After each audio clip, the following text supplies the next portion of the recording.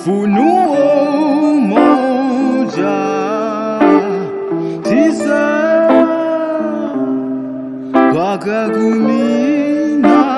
1:9-15. Mimi Yohana, ndugu yenu na mwenye kushiriki pamoja nanyi katika mateso na ufalme na subira ya Yesu Kristo.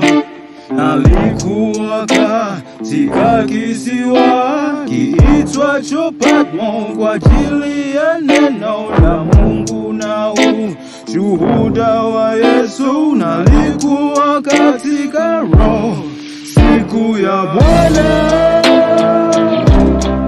nikasikia sauti nyuma yangu kama sauti ya baragumu ikisema, haya uyaonayo uyaandike katika juu,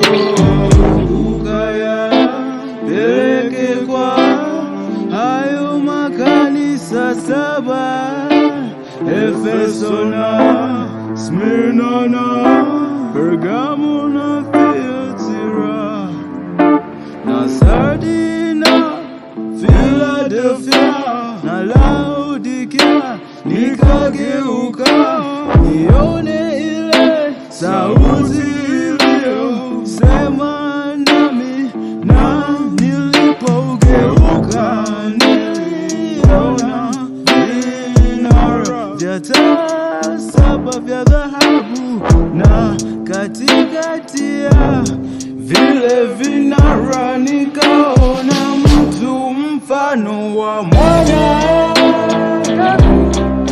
amevaa vazi lililofika miguuni na kufungwa mshipi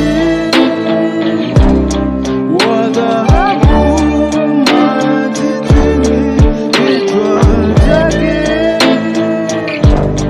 na nywele zake zilikuwa nyeupe kama sufu, nyeupe kama theluji,